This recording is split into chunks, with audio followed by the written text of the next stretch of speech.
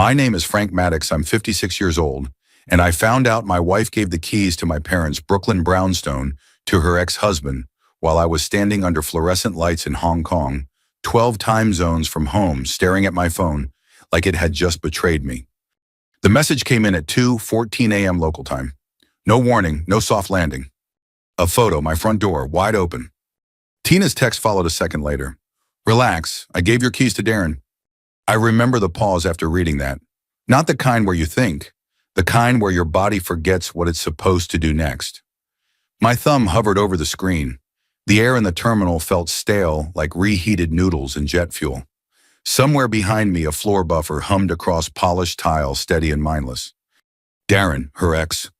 I stepped away from the boarding gate, leaned against a cold metal column, and read it again. Same words. Same photo. The old red brick. The black iron railing my father and I painted together one July back in '78 when I was 14 and thought I knew everything. The railing still had the same small dent near the bottom where Dad dropped the can. And now the door was open. I typed, erased, typed again. What do you mean you gave him my keys? 3 dots appeared, disappeared, came back. Frank, don't start. He's just helping with a few things. You're halfway around the world. That was Tina's way, calm, practical, like this was a scheduling mix-up, not a line crossed. I called her. She picked up on the third ring. I could hear the TV in the background, some game show audience clapping on cue. Ice rattled in a glass. Frank, it's late, she said, or early, wherever you are. I'm in Hong Kong, I said. You know that. I know, that's why I handled it. Handled what? A sigh, the kind that already carries blame. The house. Darren offered to look at a few things. The wiring, the back door sticks. You've been putting it off. I closed my eyes. I could picture Darren perfectly. The confident slouch. The way he talked with his hands like everything was a sales pitch. A man who always knew a guy, always had a shortcut, and never finished a job without leaving something worse than he found it. You gave him my keys, I said slowly. Yes, she said, sharper now.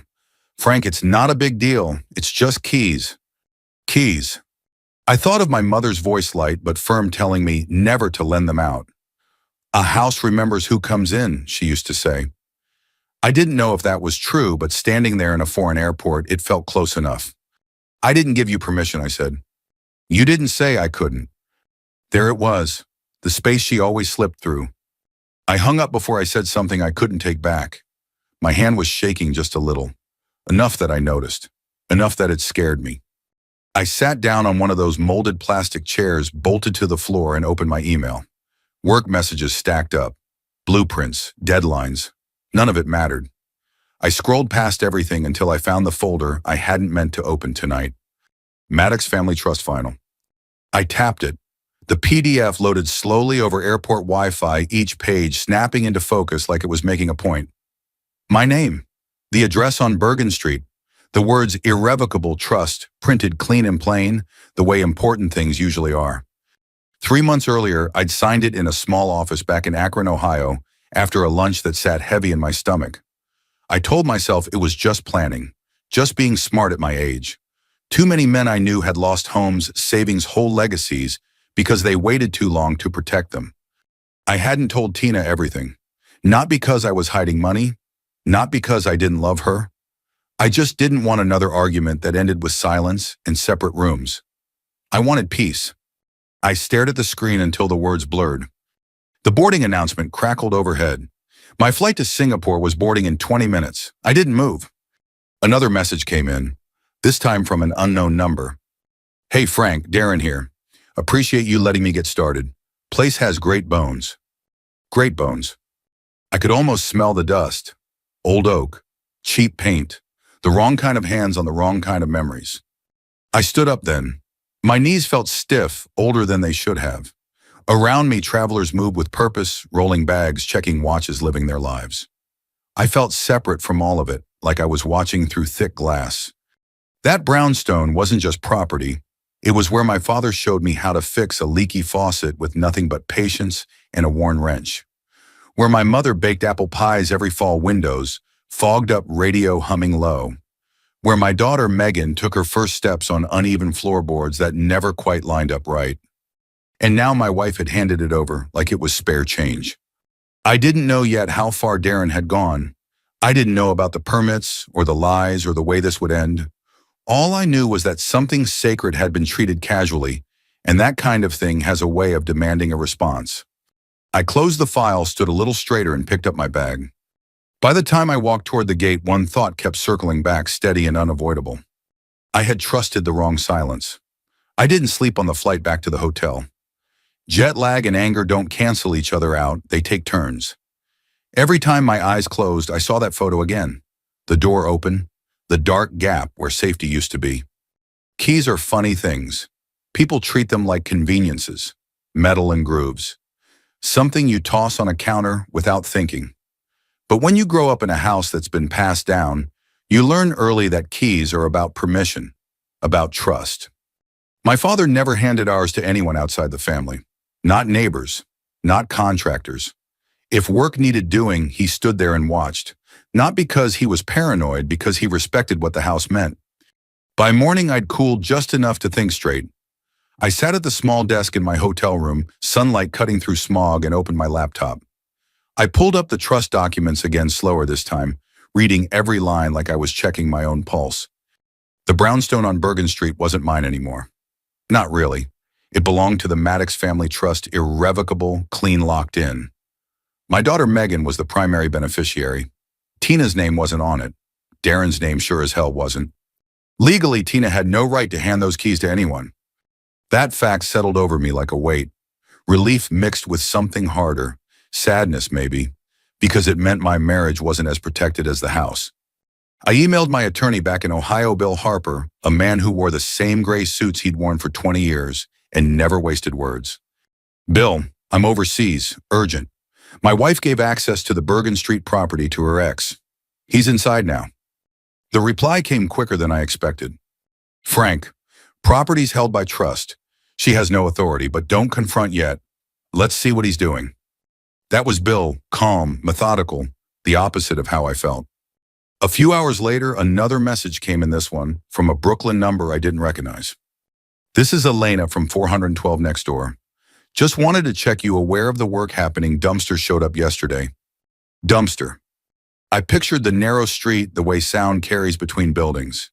I could almost hear it, the thud of boards, the scrape of metal, the kind of noise that doesn't belong in a place built before the World War I. I called her. He's been here all day, she said. Brought 2 guys, no permits posted. I didn't want to be nosy, but it didn't feel right. Thank you, I said, and I meant it.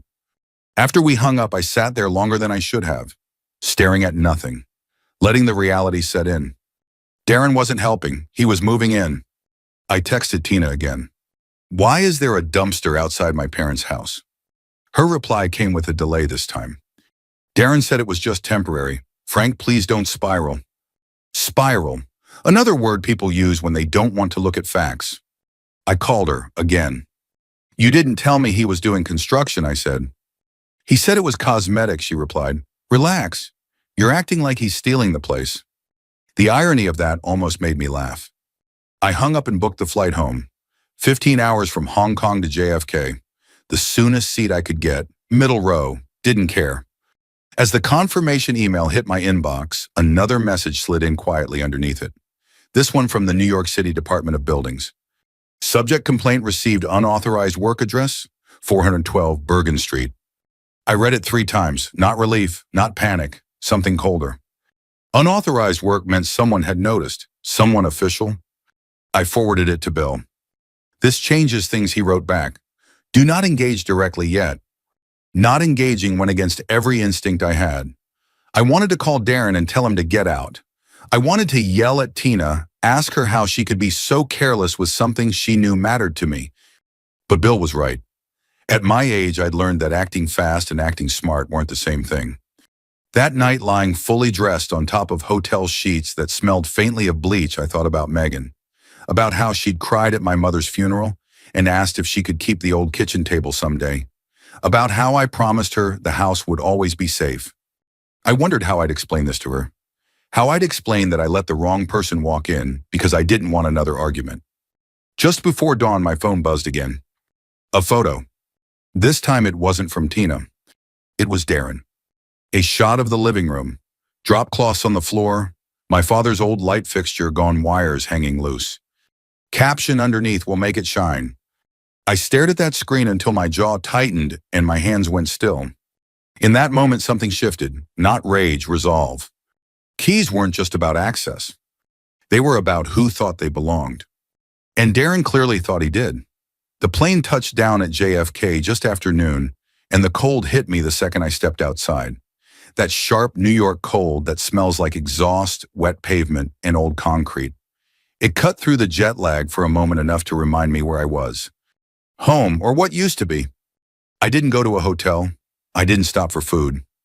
I grabbed a rideshare and watched the city slide past the window, block by block, my body moving on instinct, while my head lagged somewhere over the Pacific. When we turned onto Bergen Street, my stomach tightened. The dumpster was real, big, rusted, parked half-crooked in front of the brownstone like it belonged there. Plywood leaned against the stoop railing. A coil of extension cords snaked across the sidewalk. The house looked violated. There's no better word for it.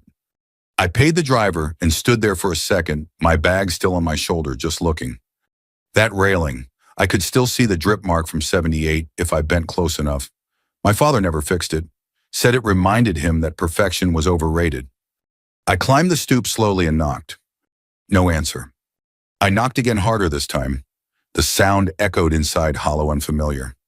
The door opened halfway. Darren stood there in work boots, in a hoodie, a grin already forming before he even saw my face. "Well, look who's back from China," he said. "Hong Kong," I replied, "and step aside." He didn't.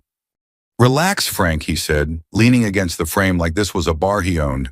"Tina said you'd probably freak out a little." That word again. I pushed past him. The smell hit me immediately, sawdust, cheap paint, something chemical that didn't belong in a house that old. Drop cloths everywhere. My mother's side table shoved into a corner. The old light fixture was gone. "What the hell are you doing?" I asked. "Improving things," Darren said. "You'd be surprised what this place could be worth with the right updates." I turned to him. "You don't have permission to be here." He shrugged. "I've got Tina's okay." "That's not enough." Before he could respond, the front door opened again. Tina walked in carrying a coffee, like this was just another errand. "Frank," she said, eyes widening. "You're back already." I looked at her, really looked at her, and realized she'd already chosen her position. Neutral. Between us. Safer than standing next to me. "You knew he was doing this," I said. She glanced around, then back at me. "I knew he was fixing a few things. You're blowing this out of proportion." Out of proportion. I pulled out my phone and dialed the precinct. I didn't raise my voice, didn't threaten, just stated facts. "There's a man inside my inherited property without my consent," I said. "Yes, I'm on site." 20 minutes later, 2 officers stood in my living room listening, while Darren talked fast and confident. "She gave me permission," he said, gesturing at Tina. "I've been staying here temporarily." The officers looked at Tina. She hesitated, just for a second, then nodded. I told him he could help. That pause hurt more than the words. The officers exchanged a look. One of them turned to me. "Sir, this looks like a civil matter. If he was invited by someone with access." "She doesn't own the house," I said. "Do you have paperwork on you?" I didn't. It was in my bag. In my head, I'd pictured them escorting Darren out immediately. Reality doesn't work that way. "I can get it," I said. "Then do that," the officer replied. "For now, we can't remove him." They left. Darren smiled like he'd just won a round. Tina wouldn't meet my eyes. I stood there surrounded by noise and damage and strangers in a place that used to feel safe, and felt something sink deep in my chest. This was the low point. I knew it when it happened. Later, sitting alone on the stoop, I called my daughter. "Dad," Megan said, "you sound tired." "I'm in Brooklyn," I told her. A pause. "Is everything okay?" I looked at the door behind me, at the cords, the dumpster. "No," I said, "but it will be." She was quiet, then said softly, "Please don't let them change the kitchen." That did it. I ended the call, stood up, and walked away, not because I was done, but because I finally understood something. This wasn't going to be fixed with shouting. It was going to be fixed with patience. And paper. I didn't go back inside that night. I walked 3 blocks to a diner that hadn't changed since the '80s, Vinyl booths cracked mugs a bell that rang every time the door opened. I ordered coffee I didn't need and sat with my back to the wall watching steam curl up from the cup like it was trying to leave before I did. That's where I finally opened my bag and took out the documents. The trust papers were thick, heavier than they had any right to be. I smoothed them on the table, ignoring the curious glance from the waitress, and read them again. Slow, careful, like a man checking a map before stepping into bad weather. Irrevocable, sole authority vested in trustee, no implied permission by spouse. Plain language, no drama, just facts. I called Bill. I tried the police, I said. Didn't work. I figured, he replied. That's normal. Don't take it personal. I won't, I said, and for the first time I meant it. Here's what we do, Bill continued. We document everything. We let him keep talking, keep acting. Men like that always leave fingerprints. That night I slept on a friend's couch in Bay Ridge. Barely. Every creak sounded like a drill bit. Every passing siren made me think Darren was finally being escorted out. He wasn't. The next morning my phone buzzed with a message from Elena next door. He's got guys coming in and out. One of them said something about permits. That was all I needed. By noon, Bill had looped in a local property attorney, Marcia Klein, a woman with a voice like gravel and a reputation for patience. She didn't promise miracles. She promised process. We pull permits, she said. We check filings. We look at what he's claiming. It didn't take long. Darren had filed for temporary electrical work using outdated information. Not illegal on its face, but sloppy. Worse, he listed himself as an authorized agent. He wasn't. Then came the text. One of the contractors Darren brought in forwarded Marcia a message thread after learning the truth. Darren pitching the job like a sure thing, talking about my place and investors lining up. Investors. That word made my jaw tighten. Around mid-afternoon, Tina texted me. Why are inspectors asking questions? I stared at the screen, then typed back. Because someone is doing work they shouldn't be. She called immediately. You're going behind my back now, she demanded. I almost laughed. Almost. I'm protecting what isn't yours to give, I said. There was silence on the line. Then softer, frank. I didn't know. That was the hardest part. Wanting to believe her. Wanting to be done. But wanting doesn't change paper. By Friday we had enough. Not for a blow-up, but for a plan. Marcia found Darren had scheduled a small walkthrough for Saturday afternoon. Not a listing, not official. Just enough people to feel important. Perfect, she said. I didn't sleep much that night, not from fear, from focus. Saturday came cold and bright. I stood across the street from the brownstone collar, turned up watching people arrive. Darren in a blazer now, smiling, holding court. Tina showed up too, nervous, hopeful. I waited. When the inspector arrived, clipboard under his arm, I stepped forward. Not angry, not loud, just ready. Because by then the trail was clear. And Darren had walked it himself. The thing about a public lie is that it only works until someone asks the wrong question. Darren had turned my parents' living room into a stage. Windows open, lights on folding table by the wall with bottled water and a plate of store-bought cookies. He stood near the fireplace, now stripped down to bare brick, talking with his hands like he always did, voice loud enough to travel. Solid bones, he was saying. You can't buy this kind of structure anymore. They don't build them like this. I stood across the street for a moment, just watching. There were 9 people inside. 2 men in sport coats who looked like they'd Googled Brooklyn investment property on the drive over. A woman with a leather notebook, a realtor I vaguely recognized from a sign down the block, and Tina standing slightly apart, arms folded, trying to look confident. My chest tightened when I saw her there. Not because she was choosing Darren, because she still thought this could be smoothed over, fixed, that this was a misunderstanding that would disappear if everyone stayed polite. I waited until Darren laughed. That laugh carried out onto the stoop, confident, certain. Then I walked up the steps. No one noticed me at first. That's the advantage of not announcing yourself. I stood just inside the door and listened as Darren launched into numbers. With the right updates, you're looking at a strong return, he said. I've already lined up. That's interesting, I said. The room went quiet in a way that felt physical, like air being pulled out. Darren turned slowly. His smile froze halfway. Frank, he said, didn't expect you back so soon. I didn't expect an open house, I replied. A couple of the investors shifted. Someone cleared their throat. Darren recovered fast. He always did. Folks, this is Tina's husband. Frank. He's traditional. Takes a little time to come around. I didn't respond. I set my bag down on the old dining table, the one my mother refinished herself, and opened it. Paper has a sound, a soft shuffle that carries in a quiet room. I let it. Before you go any further, I said, calm enough to surprise myself, there are a few things you should all hear. Darren stepped toward me. Frank, not here. Here, I said, exactly here. The first document I handed over was the stop work order. Fresh, official, still crisp. This was issued yesterday by the Department of Buildings, I said. Unauthorized construction, effective immediately. The woman with the notebook leaned forward. One of the men frowned. Darren laughed. Too loud. That's nothing. Happens all the time. Not when the permits are filed under false authority, I said. I pulled out the next document. The property at 412 Bergen Street is held by an irrevocable family trust, I continued. My wife does not own it. She cannot grant access. And you, I looked at Darren, are not an authorized agent. Tina's face drained of color. Frank, she whispered. I didn't look at her. I couldn't. Not yet. The inspector chose that moment to step inside. Clipboard under his arm. He didn't say much. He didn't have to. Authority has its own weight. Is Darren Pike present? He asked. Darren's confidence finally cracked.